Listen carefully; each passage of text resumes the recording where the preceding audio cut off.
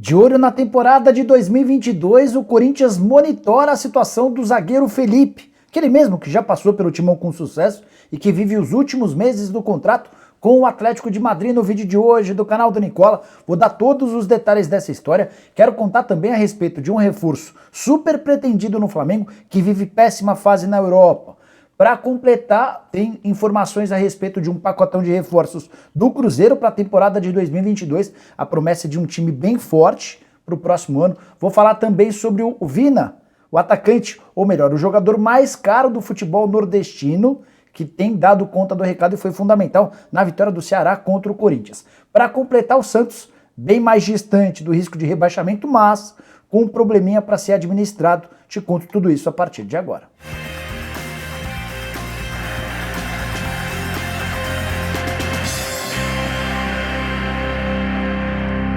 Fala aí pessoal, sou o Jorge Nicola, bem-vindos a mais um vídeo do canal, bem legal ter vocês por aqui, ótima sexta a todos. Antes de passar as informações, deixa eu só me apresentar, sou jornalista esportivo, criei esse canal no YouTube para tentar deixar você super bem informado sobre as coisas de mercado de transferências, finanças, bastidores, entre outras coisas. Não quer perder nada? Então aperta esse botãozinho vermelho de inscreva-se, ativa também as notificações, beleza?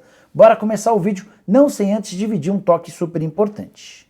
A Betano tem nessa sexta-feira, somente nessa sexta-feira, duas promoções especiais para você. Presta bem atenção. Uma delas é a Rodada da Sorte. Trata-se de uma roleta de prêmios em que todo mundo pode participar. Basta ser cadastrado na Betano. Não há necessidade de pagar absolutamente nada e você já tem prêmios garantidos. Ou seja, rodou a roleta e você já ganha algum prêmio.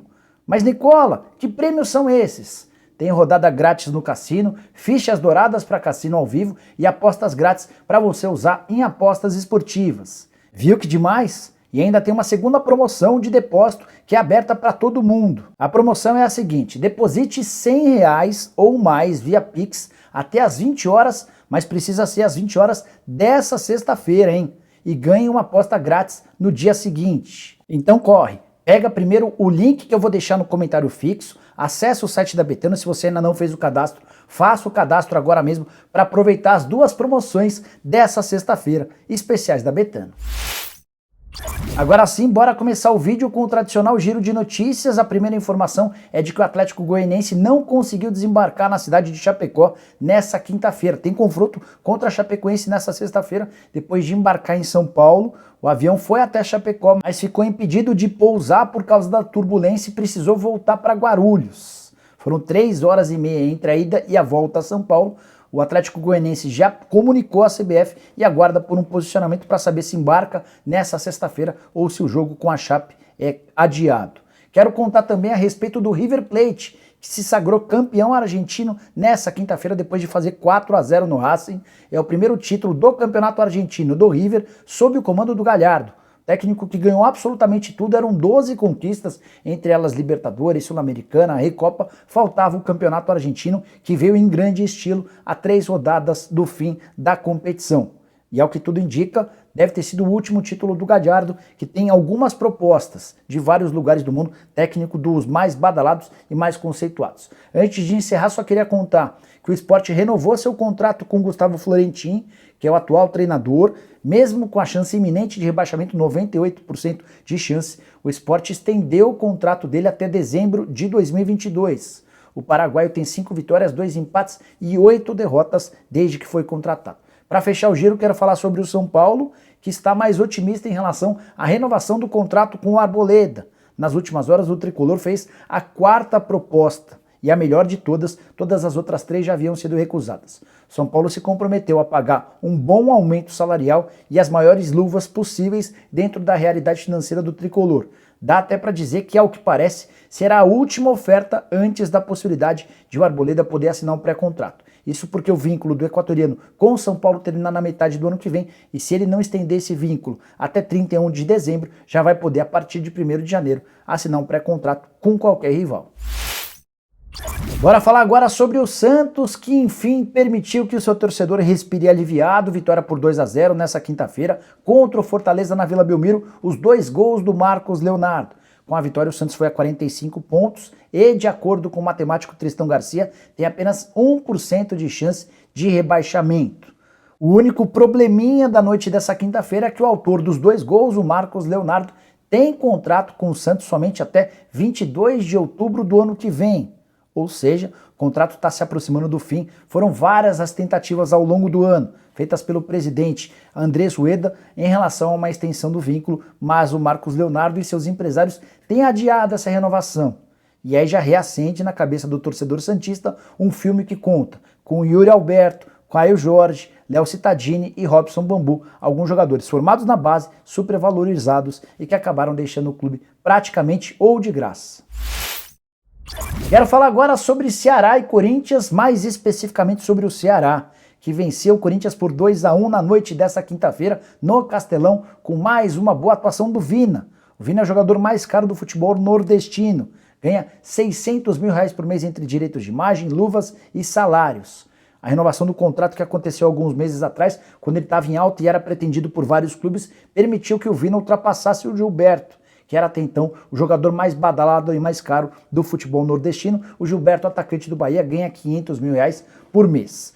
O Vina, depois da renovação, viveu altos e baixos. Chegou a ficar na reserva, clima ruim com o antigo treinador, mas atualmente o Vina retomou sua melhor condição. Marcou o primeiro gol da vitória contra o Corinthians por 2-1. O Corinthians ainda chegou ao gol de empate aos 41 do segundo tempo com o Roger Guedes e o Johnny Gonzalez acabou definindo o placar.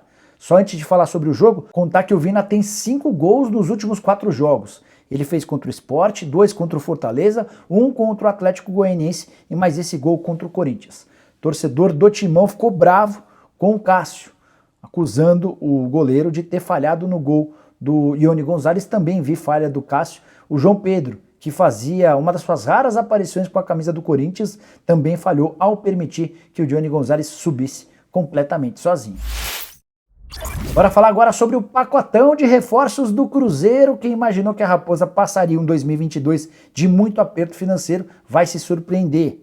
É que o Cruzeiro, com a perspectiva de ser vendido para algum fundo de investimentos ou para algum bilionário do exterior, já começou a programar um time bem forte. O primeiro reforço, todo mundo já sabe, é o Maicon, ex-zagueiro do São Paulo. O Maicon, inclusive, esteve no Mineirão para assistir ao empate do Cruzeiro em 0-0 com o Náutico. Empate que teve mais de 60 mil pessoas no Mineirão.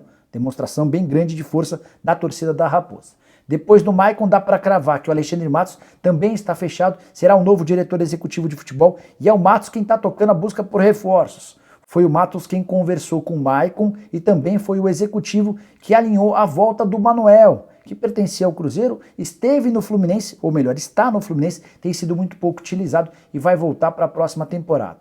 O próximo alvo é o William Bigode, o atacante que pertence ao Palmeiras. Recentemente ele renovou seu contrato com o Palmeiras até dezembro de 2022, mas dificilmente ficará no Allianz Parque em caso de perda do título nesse sábado. O Alexandre Matos e o Bigode têm uma excelente relação e o Matos tem trabalhado nos bastidores para convencer o Bigode a voltar para Belo Horizonte, mais especificamente para o Cruzeiro. Outros 2 nomes foram bastante ventilados ao longo da quinta-feira. O primeiro deles, o Petros, que está livre no mercado desde que rescindiu seu contrato com o Al Nassr. Conversei com o Fernando Garcia, representante do Petros, e ele assegurou que não existe negociação, e pelo que eu senti, nem vai haver negociação.